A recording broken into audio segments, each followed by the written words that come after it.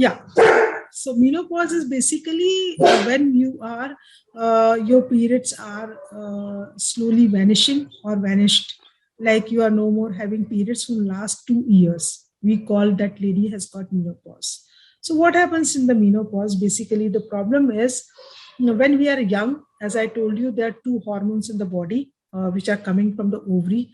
That's estrogen and progesterone, and these hormones, they're very important hormones. They are keeping us young. They help ovary to make eggs, and they are keeping everything healthy. They are keeping your skin shining. They are keeping your bones very healthy. Your hair look beautiful. It's all because of estrogen and progesterone.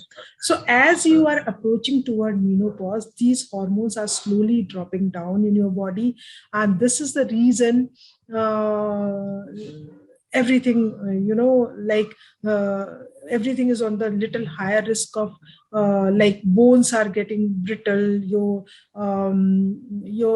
body weight is also, you are gaining weight, and the skin is also getting wrinkled and all. So during menopause, there basically one should pay attention to two three things. Number one, the bone health is very very important. That's number one. Number two is, and during menopause or post menopause, if somebody is having bleeding, like for the 2 years you never had bleeding, you never had your periods, but after 2 years if you start having bleeding again, so that's worrisome. Don't think your period has come back, you are again start feeling younger and then fine, it's okay, so it's like the normal menstrual bleed. It's not, basically.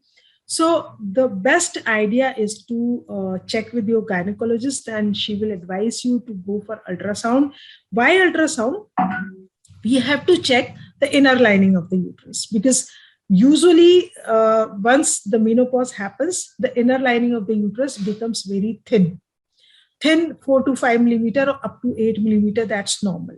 But if it is more than 8 millimeter, it's more than 10 millimeter, that we have to rule out the possibility of endometrial cancer, which is basically, this cancer is very rampant in the foreign countries, but this is nowadays I'm seeing in the Indian women also. This is also, I mean, there are so many women, they are coming with biopsy report of the uterine endometrial cancer. So one has to keep the check. If the postmenopausal bleeding is happening, that they should not ignore it, number one.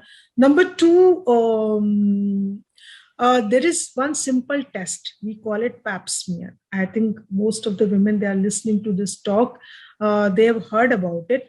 What is Pap Smear? Basically, we take the cells from the mouth of the uterus and we send it for detailed examination under microscope. So this test is a very simple test. This is non-invasive, non-painful test. This is the same test, same way we can do as we do the internal examination.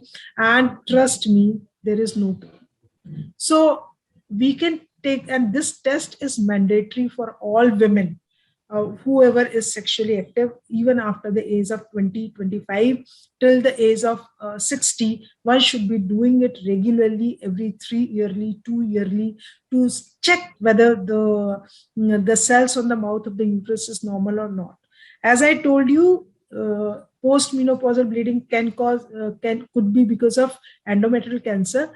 So the mouth of the uterus we call cervix, and the cervical cancer is number one killer in India.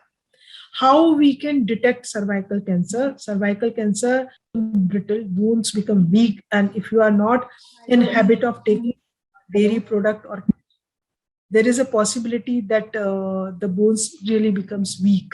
So one should be doing DEXA scan to check the bone health. That's also very, very important.